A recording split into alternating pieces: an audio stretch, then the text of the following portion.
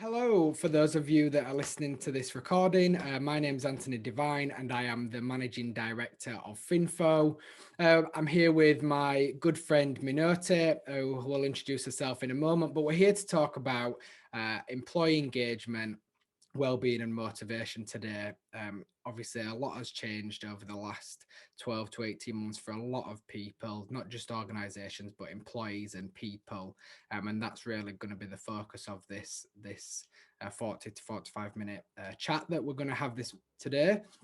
One thing that stuck in my mind when I was doing a little bit of prep, a little bit of research for this talk, I came across a quote from the chairperson of PwC, Kevin Ellis, who said that he hoped this would, COVID, as in this, would make things more flexible in terms of working, and he would make it the norm rather than the exception.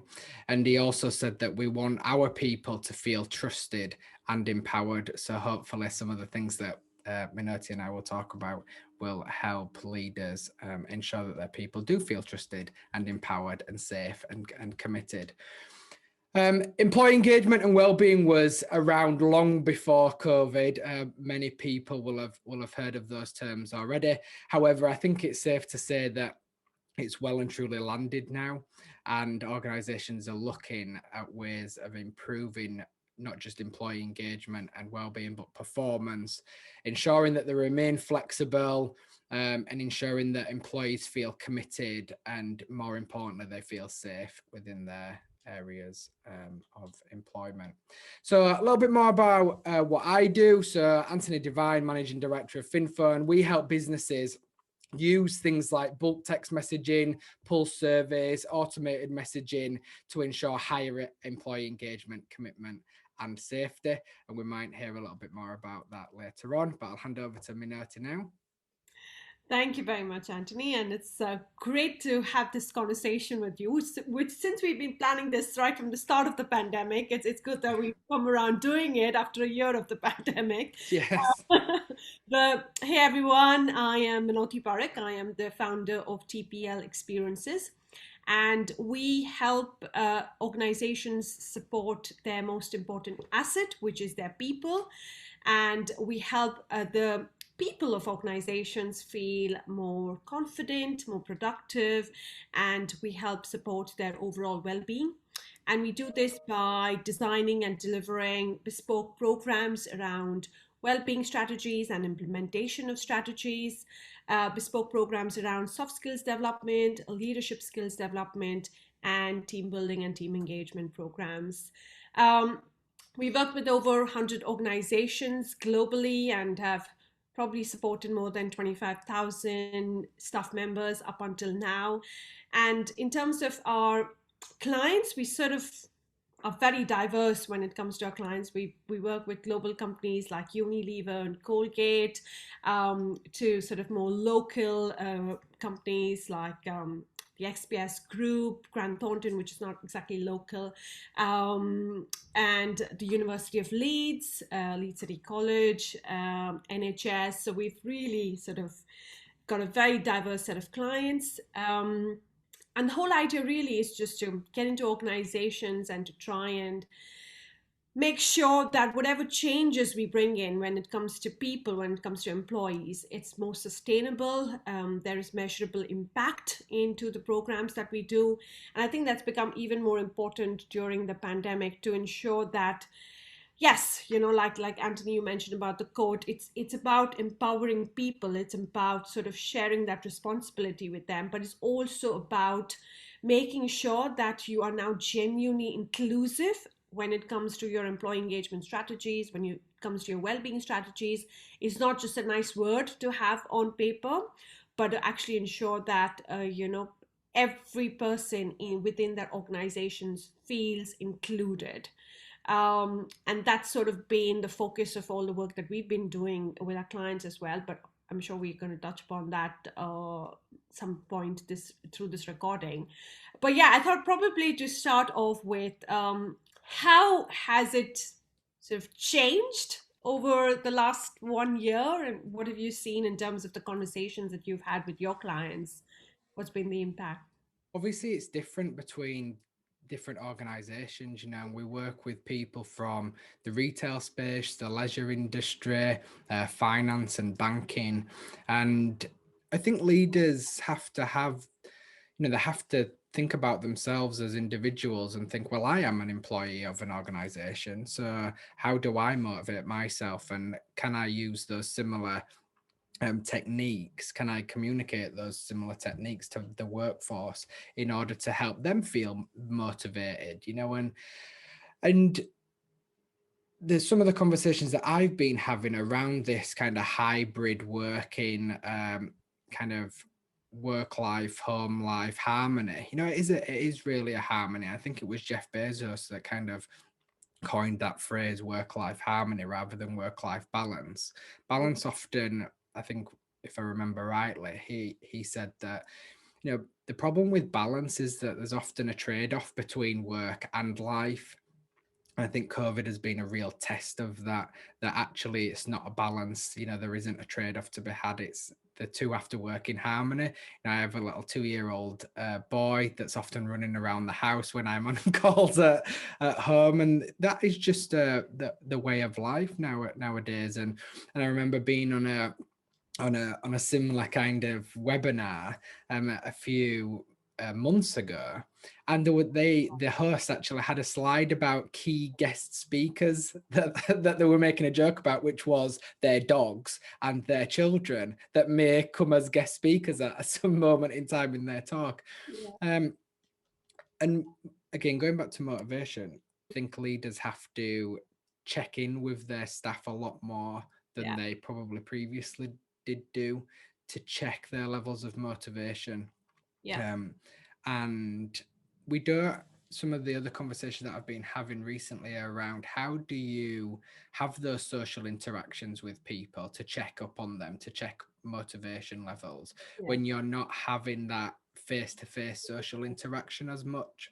yeah, And I think leaders have to, or managers have to put the time aside, put it in their calendar, diarize it to have some meaningful social time with their teams or with individuals one to one, to help them feel motivated, to check the levels of engagement, to check the pulse. We'll to maybe talk about pulse surveys a little bit later on. But what sort of conversations have you been having around motivation? How do you feel motivated yourself?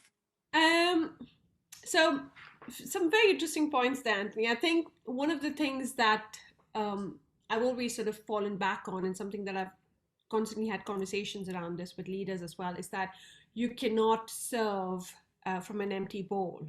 So it's very important for you to make sure that you have that resilience, you have that patience and that self care into your routine. Because only when you have that in place are you going to be able to empathize with people within your team, within the outside circle in terms of your Mhm. stakeholders, your clients, and only then will you genuinely be able to be of service. And when I talk about service, I don't think it's only the leader's responsibilities. I think it is a responsibility for all of us as employees as well, to make sure that that self-care routine comes into place no matter what your day looks like. And it's very difficult, especially through the pandemic, because we sort of, that whole commute time of switching off has gone out of Mhm. the bins. That entire, winding down, sort of the whole physical action of shutting your laptop, putting it in your bag, getting up from your chair, that's got a lot of sort of significance if you look at it. And that's not there because you literally, your laptop is pretty much still open and you've decided to just go make some tea, and then there's this always this lingering thought that I'll probably have to go back to the laptop. And it's those things, those little things that we have missed, that we need to ensure that we're still carrying out a certain routine to make sure that we have switched off. And you mentioned, you quoted about Jeff Bezos, and I feel like, yeah, harmony is there. And I get what the difference between balance and harmony. And at the same time, I feel like the thing that we need to keep in mind is that this is not just pulling through phase, because that's what happened, right? At the start of the pandemic, when everybody was suddenly switched to home working, there was this, I guess, this attitude amongst most organizations that it's just a pulling through phase. People will show up, and people did show up. I've not heard of any organization who said that, oh, you know what, my people just sort of, backed out, or they weren't turning up. It was pretty much unanimous that everybody turned up, everybody showed up. But the thing that you need to keep in mind now is that pulling through phase is going to be something more of a permanent phase going forward, because I'm sure at some point the virus will sort of, we will overcome most of the challenges that the virus has given us. But at the same time, hybrid culture, hybrid working has now become a norm, and it should become a norm. Why not? So it's very important for us to make sure that employees' motivation is not just looked at as a short-term thing, that, oh, we probably just need to do something for the time being. Because this is pretty much how we're going to look at work culture going forward. So whatever we think about employee motivation, I think the key here is to make sure that it is sustainable, it's for the long term.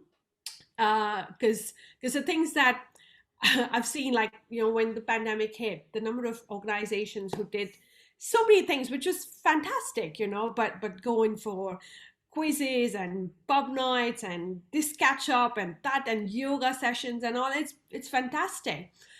But I would probably say that it's highly likely that those things would have worked if you would have checked with your employees what they needed.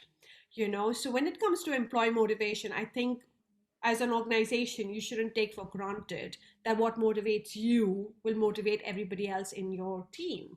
It's very important to sort of bring in that feedback process in place, and make sure that whatever we do plan is something that the staff members really need, because if they don't need it, it might start with a bang, but very soon you'll see it sort of fizzle out, and you won't really see a genuine impact of those plans that you've put in place. So yeah, I think making sure as an individual, not just a leader, that we've got that self-care, self-awareness routine in our sort of day. Make sure that we are switching off, genuinely switching off, doing a bit of a ritual of shutting down the laptop, closing the books, putting it in a folder, is really important. And I guess at the same time, when we talk about motivation and employee motivation, I think it's very important for us to realize that we need to include employees and staff members into that decision making process somehow, to ensure that whatever plans we have in place are sort of for the long term, are sustainable, have genuine impact.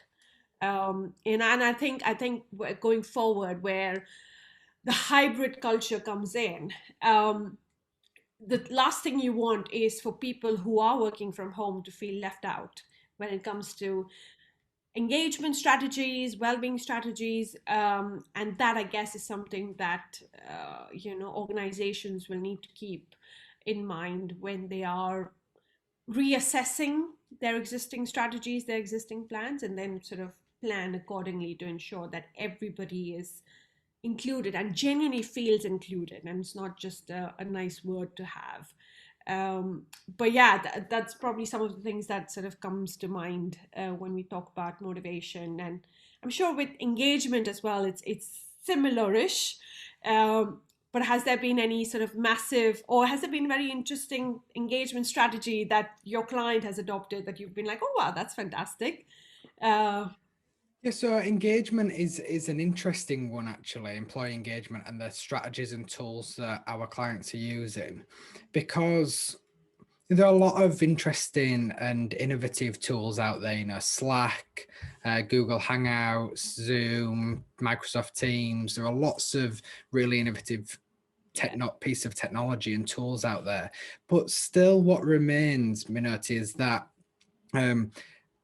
usually the simple tools are the most effective. So things like text message and emails are still the most effective methods of communicating with a remote workforce, because it's familiar. It's not a complicated they're not complicated technologies, our text message and email. They may seem like really old technologies, but they are pretty effective.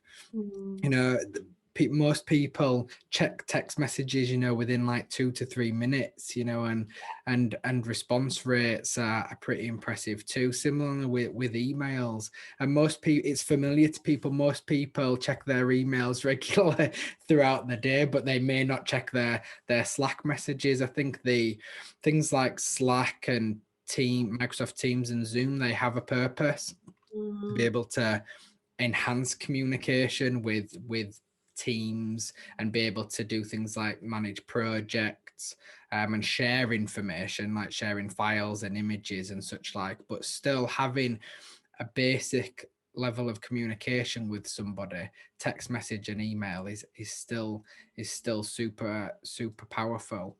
Mm. So that's what a lot of our clients continue to use, and there are lots and lots of great bulk messaging tools out there, and email tools out there to do things like newsletters and really keep high levels of employee engagement. And I think that does link in with motivation, because when you see that, when you're being engaged with on that sort of almost conversational level through text message and through emails, you're going to get a greater response rate from whoever you're communicating with. And it doesn't just have to be employees either. It could be, you know, stakeholders, whether if you're public sector, then obviously the communities and the public, and also for private sector organizations, we're talking about shareholders, and engagement, methods of engagement and the tools that you use have to be really, you know, there's no one size fits all when it comes to engagement. So you're not often going to have 100% success rate or 100% read rate, you know, or engagement levels when it comes to using tools. That's why text message and emails are still so powerful, because you mentioned a moment ago about people closing their laptops, you know, and switching off, which is very, very important to do. And you talked about routine, and, you know, not just for yourself, but ensuring that your employees have that routine. And I think there is a distinction between having your laptop open and feeling like I am at work. You know, I'm dressed in work attire, I am sat at my desk, I've got my laptop open, and I'm at work. Yeah. Versus I've just received a text message from my colleague or from my boss or whoever it is, and I'll just send them a quick reply. That sometimes doesn't feel like work.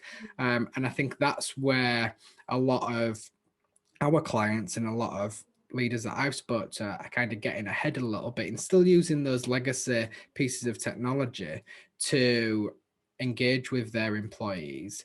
Yeah. And it's not hindering any sort of levels of commitment or any sort of well-being issues, because they're feeling like it's not work.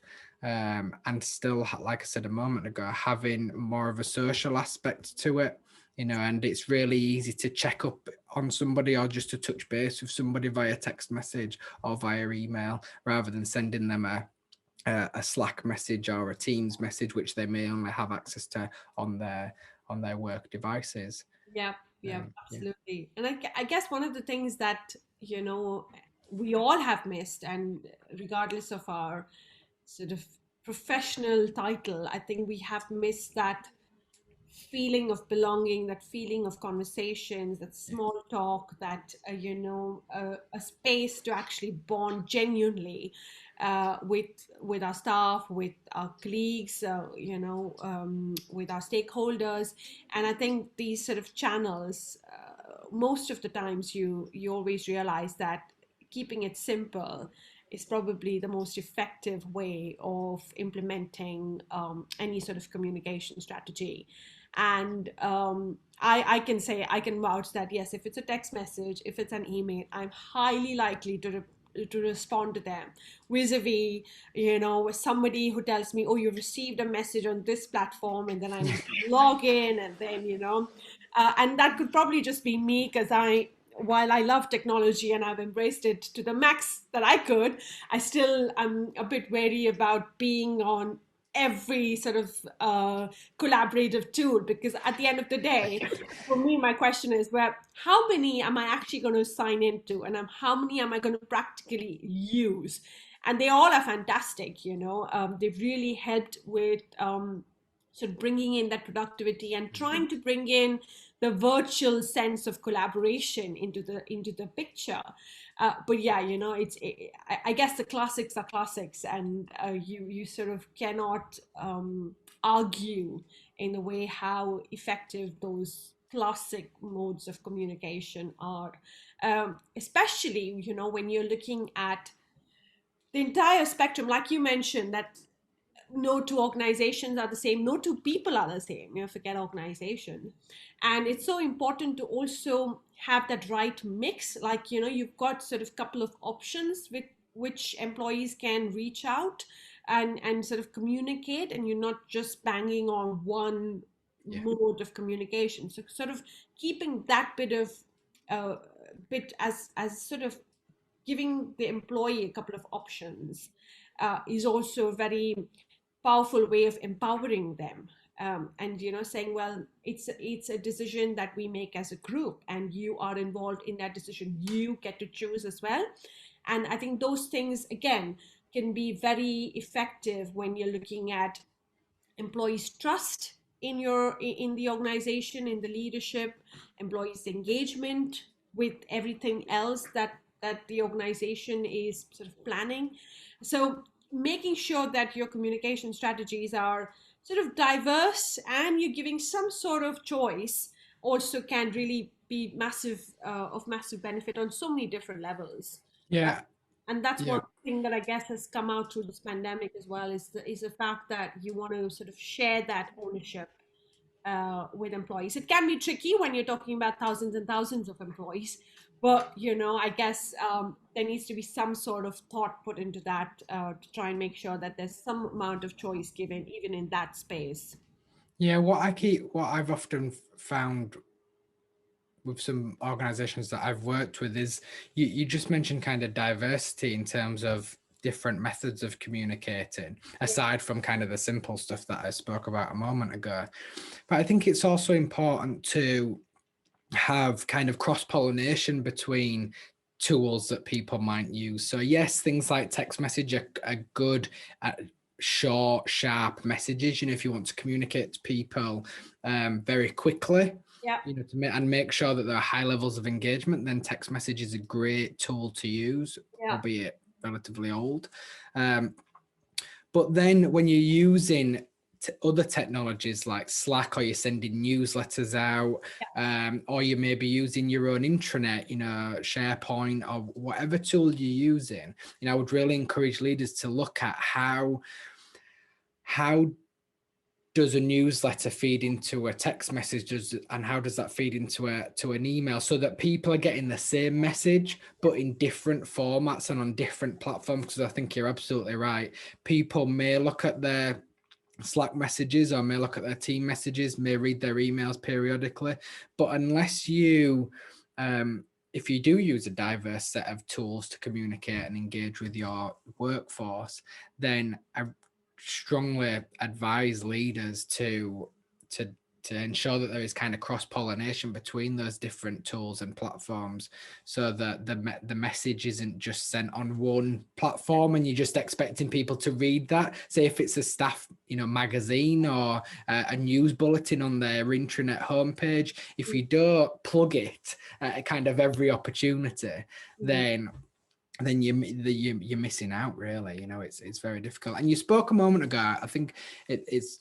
probably useful to mention feedback at this time, because you mentioned it, you know, and there are several tools and methods that people use to collect feedback. For example, pulse surveys and employee net promoter scores.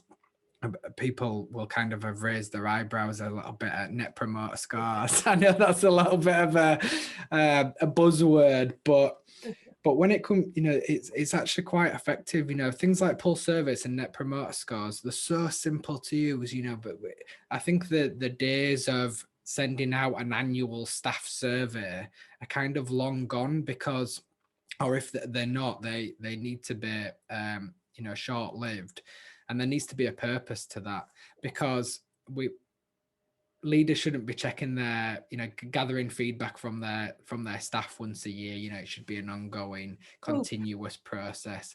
And I think using things like pulse service or employee net promoter scores are a great way to do that, and then map it throughout the year. You ask a similar question, or you ask the same question several times throughout the year, for various topics and mm, subjects. You might want to categorize those questions, but just send one question, and then track those response rates throughout the year, and make it, intuitive, and you can be a little bit playful with it, rather than having kind of, I know net promoter scores are usually kind of 1 to 10, but with pulse surveys and checking people's levels of happiness, yeah. you can make it quite playful, and using smiley faces or emojis, and setting things up to be able to land well with your employees. And again, it comes back to levels of engagement, makes Yeah. it a little bit more fun.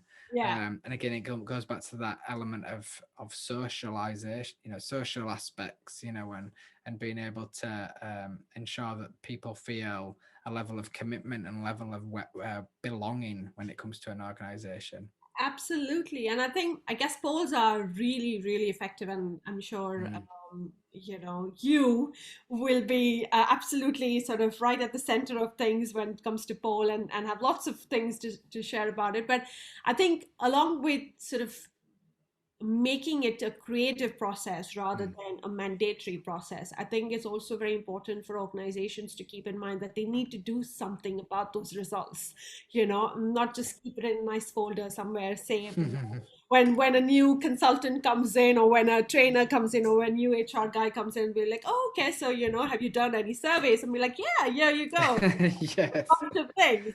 um, which tends to happen with a lot of organizations, and I think along with I think it's equally important to give an equal weightage to what you do with the feedback, along with making sure that the feedbacks are out there. And I completely agree with you. The number of conversations I've had about not keeping these as annual surveys and making it more of a regular thing is just ridiculous. It's just like, well, don't, I guess it just makes a lot of sense, why Yeah. it's so hard. But yeah, keep making sure that those reviews and those feedbacks are pulled into your sort of strategy and your day-to-day working every couple of months, making sure that you do something of of that feedback. And also, on the sort of aspect of making it playful, I guess you've got so many options now, right? With the tools available, you can also include things like what else in terms of what other questions would you like to be included in the next survey?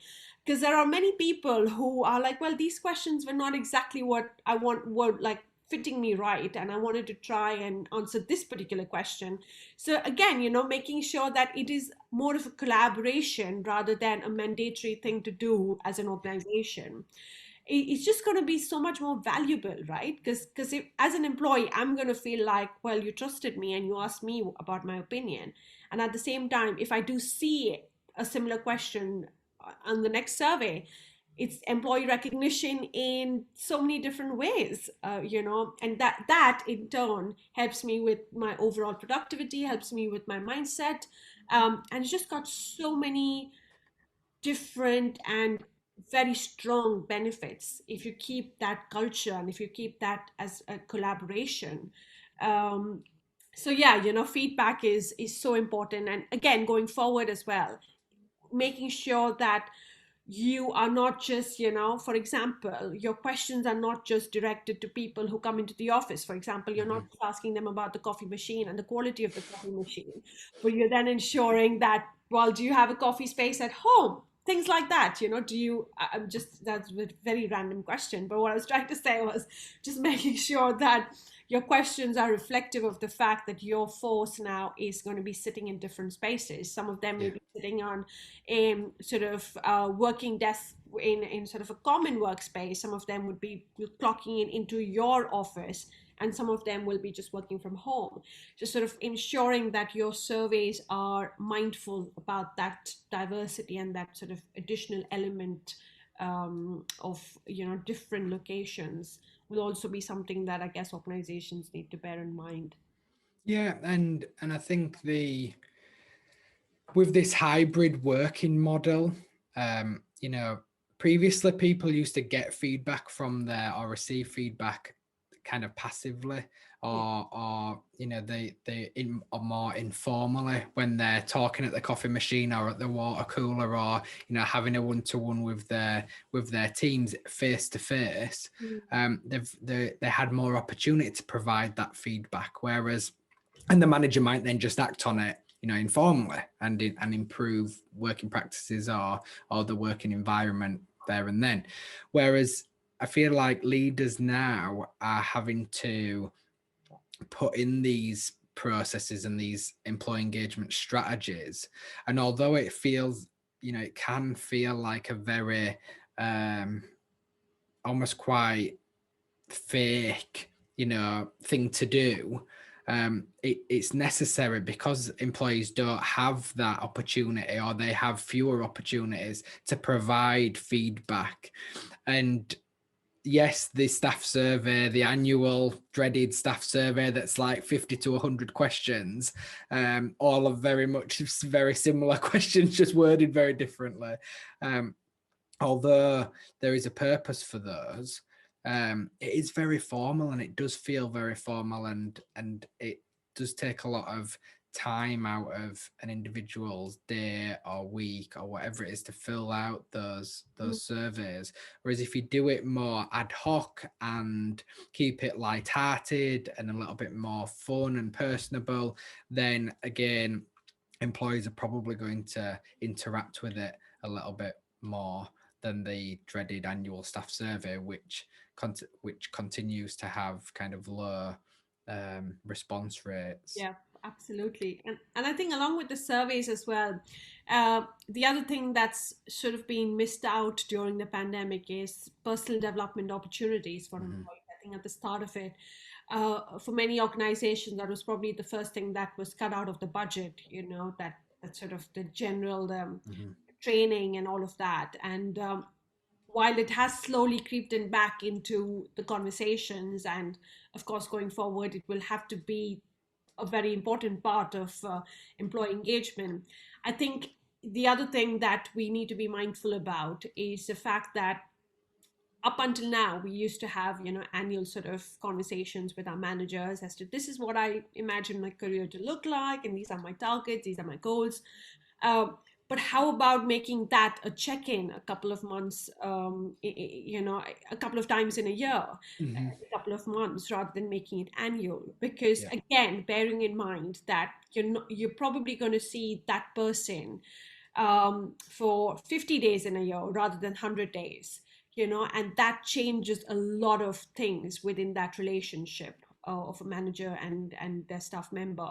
So making sure that your check-ins are there every few months, where you're trying to see, well, what else do you need in terms of developing your own self, developing your career, is really important as well. So making sure that if until now you've not made that a focus back into the scheme of things, then making sure that personal development conversations, career progression conversations are back into the mix, is another thing that I guess leaders and managers need to bear in mind. Yeah, and I think those opportunities lend itself to start to then have conversations about how are things at home, how are you dealing with this new way of working or this change that we've implemented. And I guess that leads us nicely onto the well-being aspect of things, doesn't it? And I know this is more kind of your area of expertise than it is mine, but I think similarly, the questions that leaders should be asking of their employees, whether it's informally when they're collaborating on Teams or on Zoom, having virtual one-to-ones, or whether it's within their pulse surveys or staff surveys, they should be drip feeding in some sort of well-being style questions. What have you been seeing with some of your clients recently? So it's been very interesting to have conversations around well-being strategies. I think for most organizations, at least most of my clients, setting a well-being strategy is probably not their biggest challenge, because that they've got the resources to sort of handle. But then it's the implementation of the strategy, Mhm. given the current circumstances, that is proving to be a lot bigger challenge than anticipated. And again, going forward, within the hybrid scheme of things, it is going to constantly need to be evolved. And it's not like this is the well-being strategy, this is the way we're going to implement it, that's it. Books closed, we'll see this book next April. That's not how it's going to work. We need to keep reviewing those implementation plans more effectively, more regularly. And I think the couple of things that can really help organizations with that is to make sure, I mean, we've already touched upon feedback, so I don't want to go there again, but make sure that feedback and valuing the feedback, not just taking feedback, is an Mhm. important part of your implementation process. The other thing to bear in mind is to make sure that your communication is concise. So what I mean by that is, I mean, let's look at us as individuals, right? If you are sent out from your manager, you're sent out a 3-hour webinar, for example, on mental health and how to improve our physical and emotional health. Chances are that you're probably not going to click play, because you're not going to have that 3 hours, and that's going to probably put you off. So Mhm. making sure that you are sending in, thanks to all the tools that are available now, making sure that you're sending in bite-sized videos or infographics that are really quick to browse at, where you're not expecting me to read 100-page PDF, where at the end you tell me what I'm supposed to do, but you're giving me that choice right at the start. Yeah. Keeping Saving my time is really crucial when you're thinking about how you want to implement your strategy. So keeping that communication concise. I think also, given the hybrid structure, if you do have any contact numbers in place, that if there is a red flag somewhere and you want to report something, making sure that those numbers are then manned and they're not just nice numbers when nobody answers. So these simple things can make a massive difference on the way employees feel about how you value them. And then obviously that's then reciprocated with trust and reciprocated with showing up properly, fully. So making sure that, along with keeping your communication concise, the information that's out there is valid, and it's actually practically possible to get somebody on the phone if you're leaving a phone number, for example, or if you've left an email address, making sure somebody's checking that email account. So kind of making sure that these very simple things are in place going forward. And also, I guess when it comes to well-being strategies, I think it's so important to make sure that you're starting small, because the last thing you want is that you've got this massive ambitious plan and then you've got these 10 new things that employees can look into without actually making it, I guess, and making it too complicated. Because if you're throwing in 10 new plans to me, I'm just going to be like, whoa, I feel very overwhelmed. Which one do I go for? Yeah. But if you start small, if you start simple, that, okay, this is a 10-stage plan and this is stage one, and this 5 minutes is all we need from you for week one, I'm probably more likely to join in. So making sure that your strategies are simplified when it comes to actually implementing them is also something that we need to bear in mind. Again, it's always something we needed to bear in mind, but given the hybrid things that we're going to sort of lead into, it's going to become even more pivotal. So sort of making sure that it's simple and you're starting small, and I think the one thing that I have sort of been introducing to a lot of my clients is adding an element of creativity with Mhm. your well-being. And a lot of people look at creativity and be like, oh, okay, so are you talking about like painting classes, or and no, I'm not talking about that. being creative, and we should have lots of painting classes. But creativity is really making sure that you've got these small bursts of creative spaces that people can tap into. Because I think, given through the pandemic, I think the one thing that's really helped all of us is our power of imagination. I mean, we've not been able to travel anywhere, but just thinking about those places, thinking about people who we missed, can really be uplifting. And I think creativity sort of plays a very important role in making us feel positive and bringing that positive mindset. So if organizations have not explored that, then I would highly recommend that they explore bringing in an aspect of creativity into their day-to-day sort of working, into the way they look at well-being, because it's highly effective as well.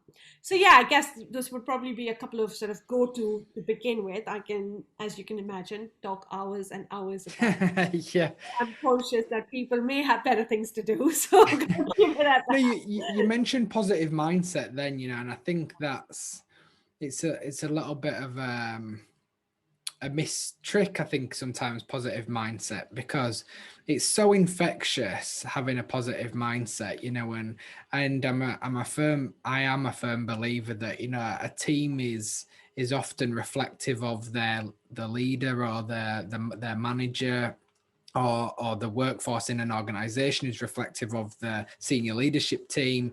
And I think if managers approach things with a positive mindset, you talked about being creative, and we've talked about being a little bit, you know, about bringing the social aspects of things back into the workplace that have been removed because of this remote working or hybrid working environment we find ourselves in. I just wanted to ask you about kind of managers' skills. We're just mentioning about mindset there. So more on like kind of skill set now. You're finding that managers need to kind of upskill a little bit to deal with this well-being aspect of their working life. Yes, definitely. I think the gap was always there, Mm-hmm. but it's probably come in the forefront a lot more through the last 10 months. And, this was something that I was trying to champion since a couple of years, since I started the business, that you need to upskill yourself. You need to make sure Mm-hmm. that you have the right skill set to be able to be that support system. So yes, definitely, it's a big gap that still needs to be bridged, uh, and I think I feel like this pandemic is really, for organizations who've been very forward thinking, who've had their people at the center of things. I think it's been an amazing opportunity for them to actually reassess the skills gap that exists within the organization as well. And it's proven to be a great opportunity for managers to then be like, okay, well, take a step back and think about what do we really need to make sure that this team works given the current climate. So yes, definitely, there is a massive opportunity there for managers to upskill. But I think at the same time, I guess the other thing that you could probably bear in mind is that it's not always just the manager's responsibility to take care of everybody's well-being. Mm-hmm. Mm-hmm. If you give the opportunity to your staff to share that responsibility, that itself could be a very important technique or process that you put in place. So for example, if you have a well-being plan that says, well, you need to arrange a well-being catch-up or a well-being session once a month, whatever, for example, as a manager, why don't you look at it as making it an open opportunity for others to collaborate, instead of, if you know that that's not your biggest strength as a skill, planning and managing everybody, how about asking for a couple of volunteers to step in and create their own sort of theme-based well-being event? It could be whatever they want it to be. Giving them that freedom can actually be a twofold benefit. A, you're making sure that only your strengths are highlighted, and you're also trying to then make sure that you're giving somebody else an opportunity to also shine. So I think, I guess, when it comes to skills and skills gap, the key is always to make sure that you are highlighting your strengths and not your weaknesses. So, and that's pretty much true regardless of the designation you hold. and if you can make sure that you can tap into other people's strengths, then it's a win-win, really. Yeah, yeah. And if people wanted to kind of get some more information on these techniques, have you got kind of some go-to places where you would go to if you wanted some sort of well-being advice? um, I would want to say come to me, but then that's Yeah. yeah. No, but to be honest, I guess there are some really interesting websites that I always sort of look at, and I'm happy to, sort of pop in the link somewhere through Mhm. as part of this recording. Yeah, Uh, yeah. Again, I simply probably go there for more of an analysis of what's happening. But then I do a lot of self-reflective work when it Mhm. comes to deciding what will actually work for my team or what will work for my client's team. And I guess bringing in that combination of trying to explore external resources, but then also having an element of reflection can be a very powerful tool to create something Yeah. that's more sustainable and genuine. Yeah. Reflection is so powerful, but because it's so powerful, it's such a tricky thing to do. Self-reflection, it takes a lot of years of practice to be really reflective, and to get the benefits from reflective practice. So I'm sure there's a lot of information out there on how to reflect, and models. There are plenty of models out there on reflection. Yeah. That I would encourage a lot of people, if as a starting point, really, to reflect on themselves as individuals and as managers, before then going on to all this that we've spoken about around motivation, engagement, well-being. You can often achieve a lot by just reflecting on yourself. Yeah, and also I think listening. I think I've honestly I've tuned into so many webinars and sort of similar recordings Mm, to for some brainstorming sessions, because that's as well very powerful. So I guess it's sort of going back to tapping into all senses. Reading interesting stuff, listening to people who are probably experts within their field, doing a bit of reflective work by yourself. It's these combination of this sort of different forms of learning that can really help you bridge that skills gap that we've just been talking about, and that can really help you understand what is that skills gap and what is that really, in simple sort of terms, what is that skill that I really need to work on. yeah, yeah, completely agree. Um, well, I think we've spoken about quite a bit there, haven't we? And Yeah. I think it's a good kind of introduction to a lot of the work that both you and I do, and how those two um, kind of pieces of work that and areas of work that you and I work on kind of cross Yeah. into each of those work streams sometimes. The tools for kind of employee engagement and pulse surveys and net promoter scores, there are plenty out there, that touch on kind of reward and recognition and all that lot. But I think the important thing, the underlying message in all of this, is about around culture and values, and that's what people need to kind of get right first, before kind of starting to put the building blocks in place, the strategies. Let's get the culture and values right first, by Yes. talking to their staff on a not in a kind of manager and subordinate kind of context, in a person to person kind of context. There are plenty of tools out there to use, and places like Capterra and G2. I've got loads of reviews on tools for employee engagement and pulse surveys, that is out there for people to go and analyze. And we're actually just in the process of building our own employee engagement platform Oh, that, yeah, of that course. will Tell me more, Anthony. yeah. No, we're currently building a new platform, self-service platform called Finfo Engage, that will be launched in the summer. And we're kind of taking some of the great features that are already out there that we know that our clients want and need for this new kind of hybrid way of working, and Sure. we're putting them all into one platform for people to access. So yeah, so Finfo Engage will be launching in the summer, and I am really excited about that. It kind of helps in a lot of areas that we've already spoken about today. So, you know, bulk messaging, pulse surveys, automation of all of those things, as well as how you use automation to keep your staff safe. You know, and I think that's so important in today's environment. You know, COVID is not going away. It's there to stay. Yeah. Albeit in a smaller capacity than what it is now. Yeah.